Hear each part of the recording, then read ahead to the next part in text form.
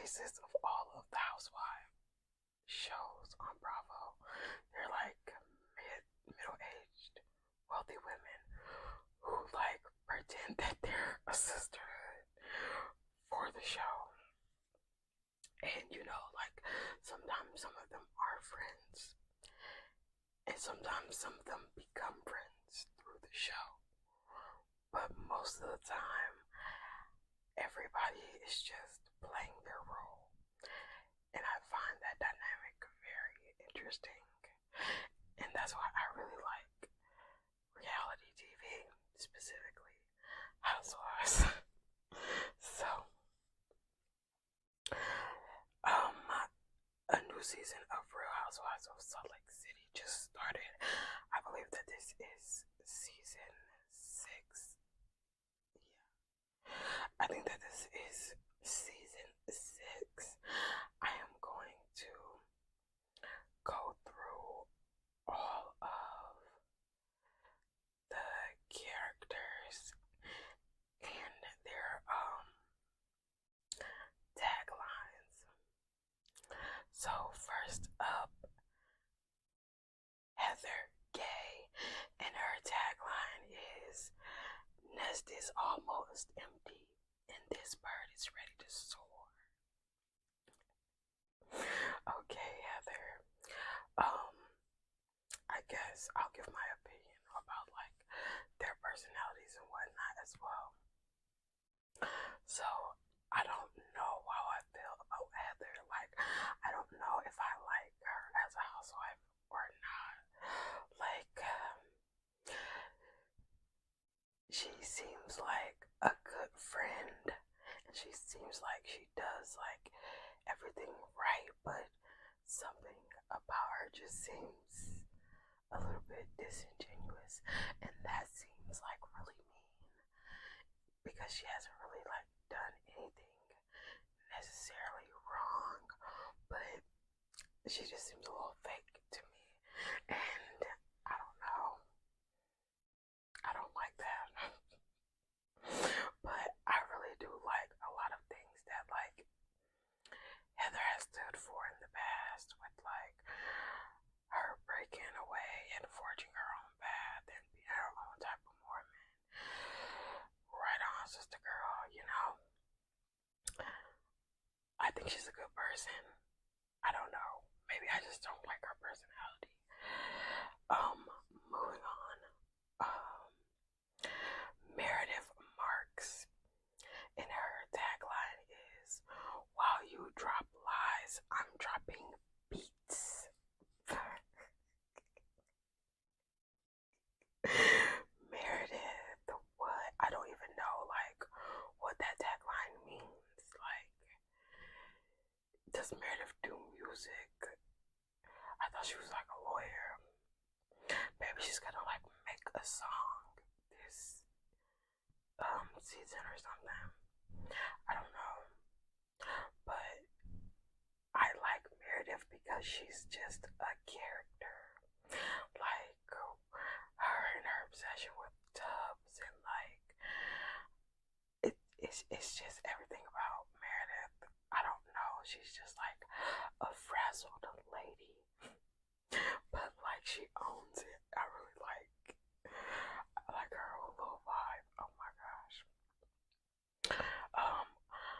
I don't know if she's the strongest character. I feel like she's like, you know, a midways housewife character. So up next we have Bronwyn Newport. So Bronwyn is a newer housewife to this franchise. Meredith and Heather were OGs, so I believe they both have been there since season 1, I'm pretty sure. Bronwyn, her first season was last season. And her tagline is, "If my skeleton had closet, if my skeleton had closet, if my closet has skeletons, at least they'd be well dressed." Oh yeah, and she had on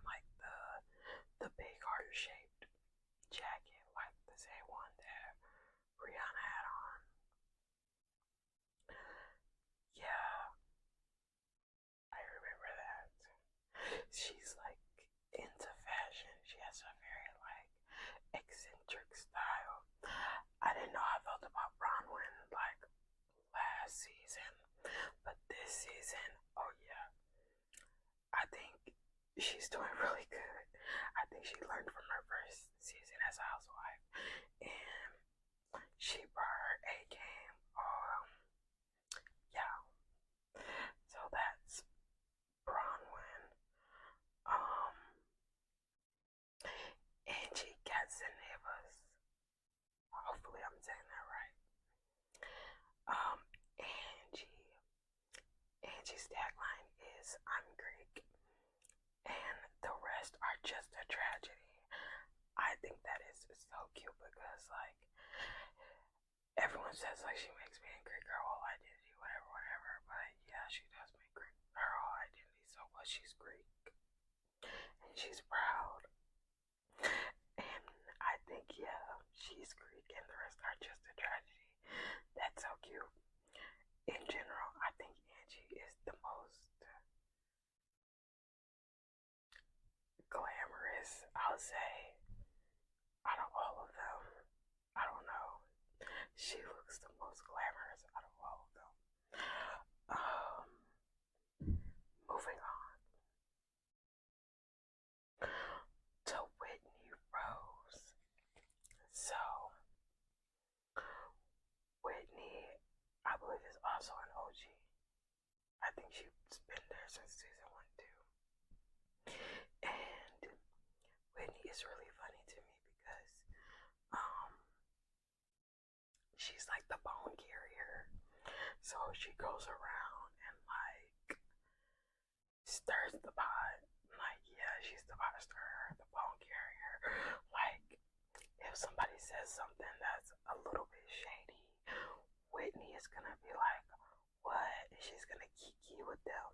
But then she's gonna go back to the person they were talking about and she's gonna say, did you know that so and so said blah blah blah?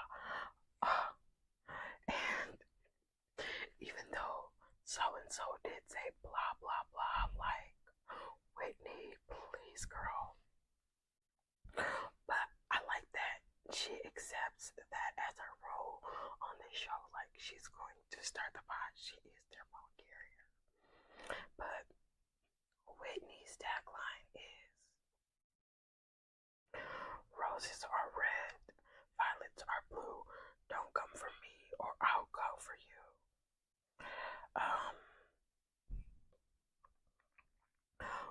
Whitney's tagline is roses are redheads, violets are blue. Don't come for me or I'll come for you. Roses are redheads because Whitney has like ginger hair. She's a redhead this season. And she's normally blonde. Cute. Next, Lisa Barlow. Lisa Barlow is very extremely delusional in the most amazing way possible. I feel like some of the most successful people are very delusional because they believe in themselves against all odds, like when it doesn't make sense at all. I think Lisa is also one of those type of people that is like very delusional and it has given her success in life, but she's also very delusional, girl. I am very endearing of Lisa because I feel like she is just not here with us. She is in Lisa land, like, and I love that for her. But her tagline is, I don't go low, I go the distance. Okay, Lisa, I like that. I don't go low, I go the distance. That's probably because she's like fighting a case right now, and yeah, she's going the distance with it. But yeah, moving on, and I saved the best character for last, and that is Mary Cosby. And I love Mary Cosby because she is just Mary does and says what she wants. and nobody's gonna check her, and nobody can check her. Because what would you even say to her? What could you say to her? Exactly. I love everything about Mary on this show. Even though, like, her whole upbringing is a little wild. Very wild. But I really like Mary on this show. And her tagline is, I'm just here to eat, drink, and be merry.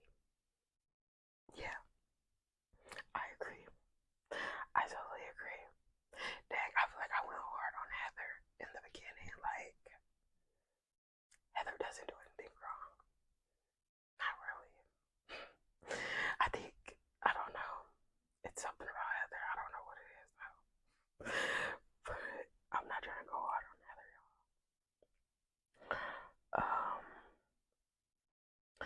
Okay, so far where I'm at right now, episode 3 just released. So in the first 2 episodes, I'll say that I like that Bronwyn admitted that, like, last season when she had the jeweler come and she had that whatever $1 million necklace on, and she was acting like she was going to buy it when she knew the whole time, like, she was not going to buy it. She was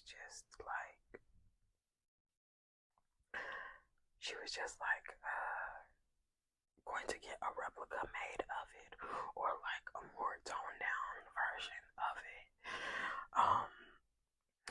She said she admitted that it was like lame of her.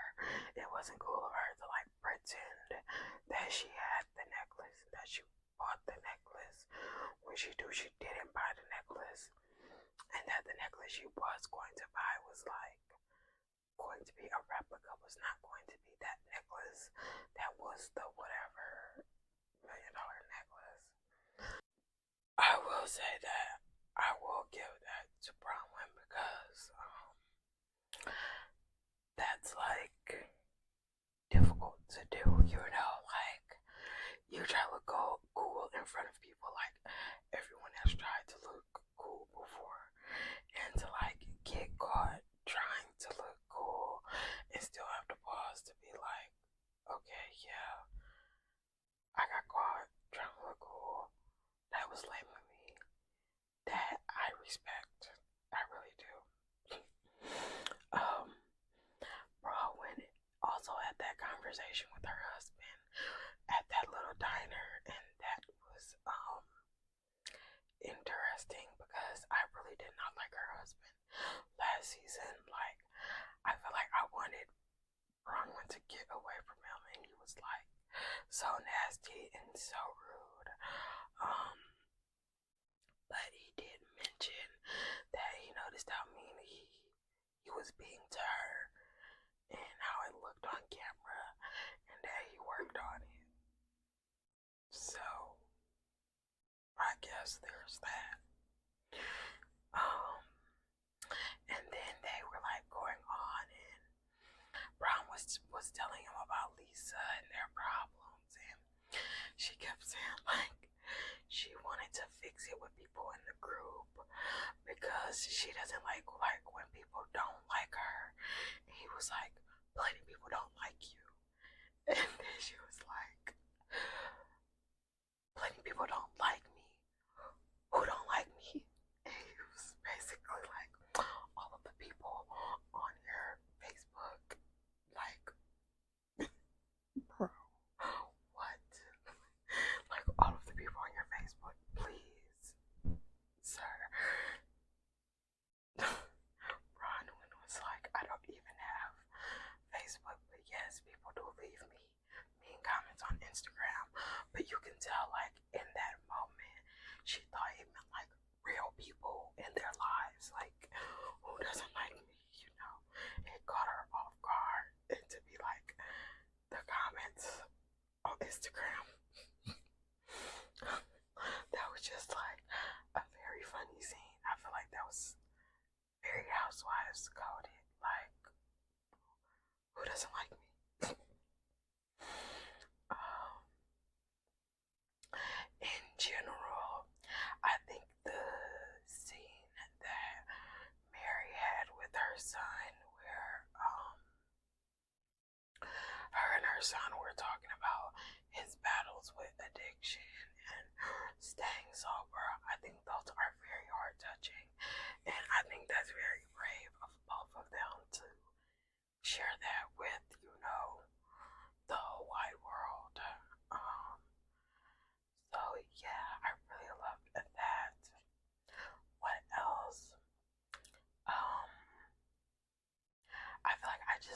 Angie K down in general.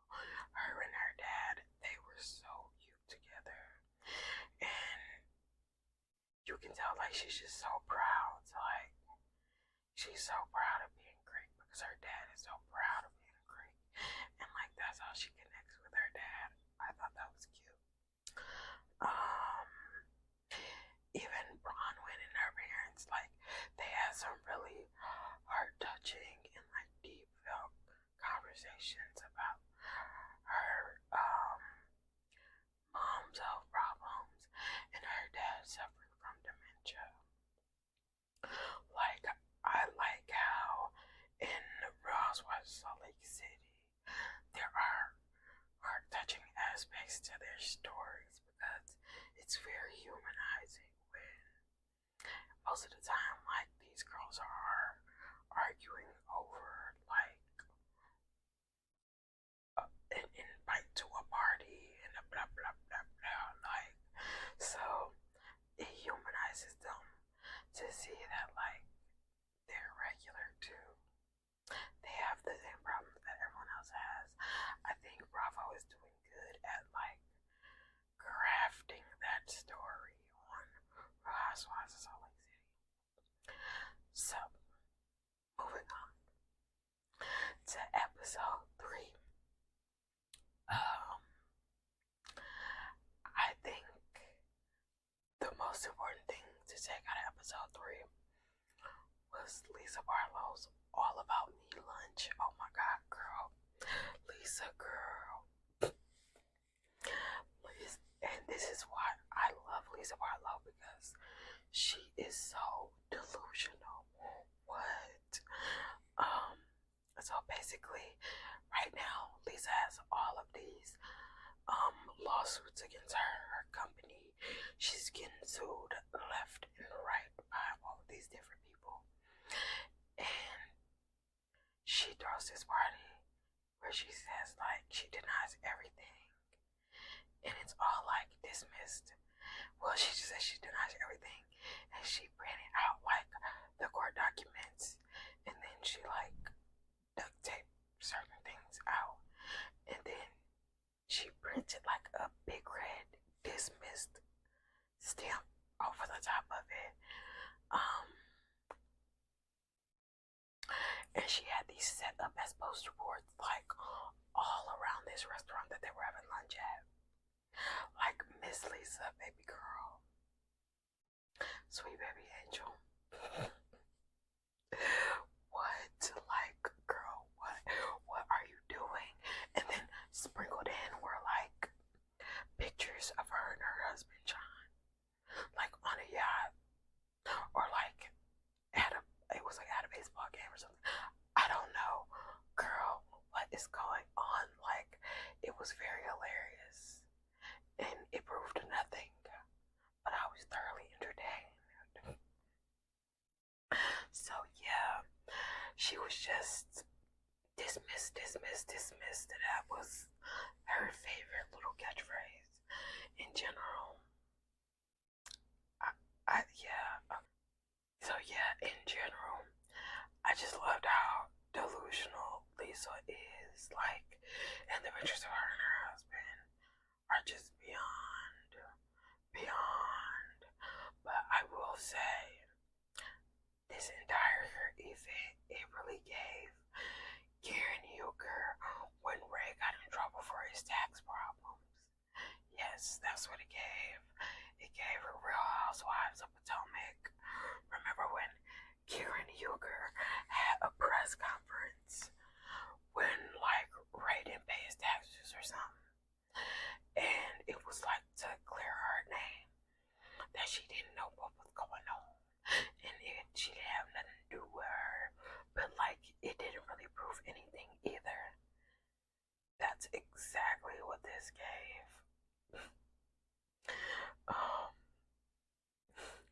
So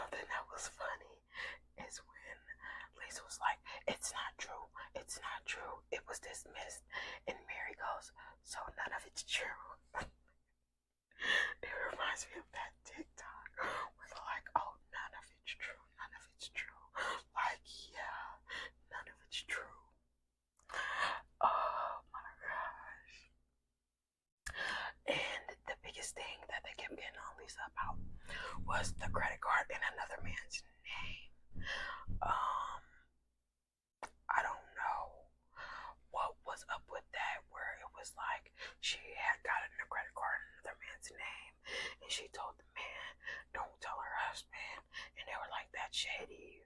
What happened with that? Who was that? And she never was addressing it. She just kept saying dismissed, dismissed, dismissed. She had no answers for that. Yeah, I'd like to know personally. And they said that that was the one case that actually wasn't dismissed.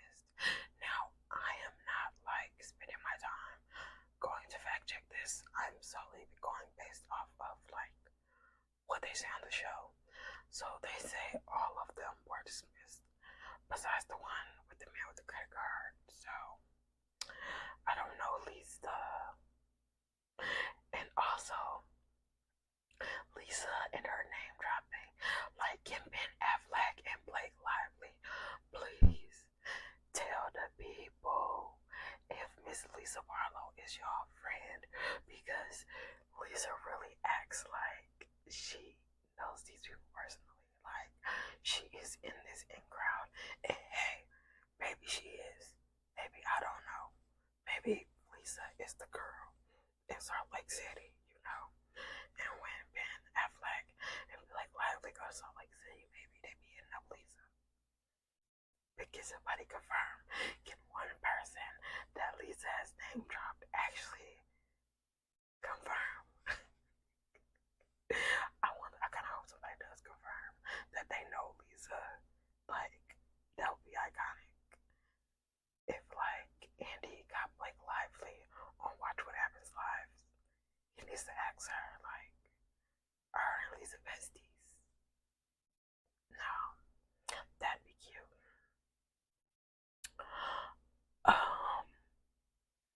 And basically, what else?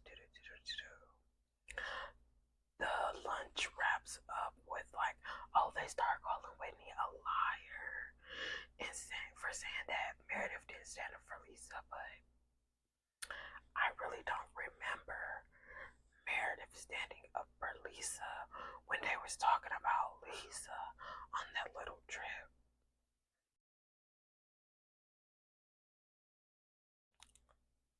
I really don't. So I don't know why everybody wanted to jump down Whitney's throat. I really don't. But that was weird. So I understand why she got like frustrated and why she's stormed off. But to be honest, Heather got a little messy too. I guess Whitney and Heather, they just love messy little cousins, because she stirred the pot too when she even went back and told Lisa, like, yeah, everybody was talking about you, people you care about were talking about you and weren't defending you. And I feel like she didn't even have to go back and say that. Honestly, I feel like that was a little messy. And she wanted to stir the pot. But that is the season so far. I think it's pretty interesting. I'm here to keep watching it. Let me know if y'all watch Real Housewives of Salt Lake City. If you do, tell me what y'all think about this season.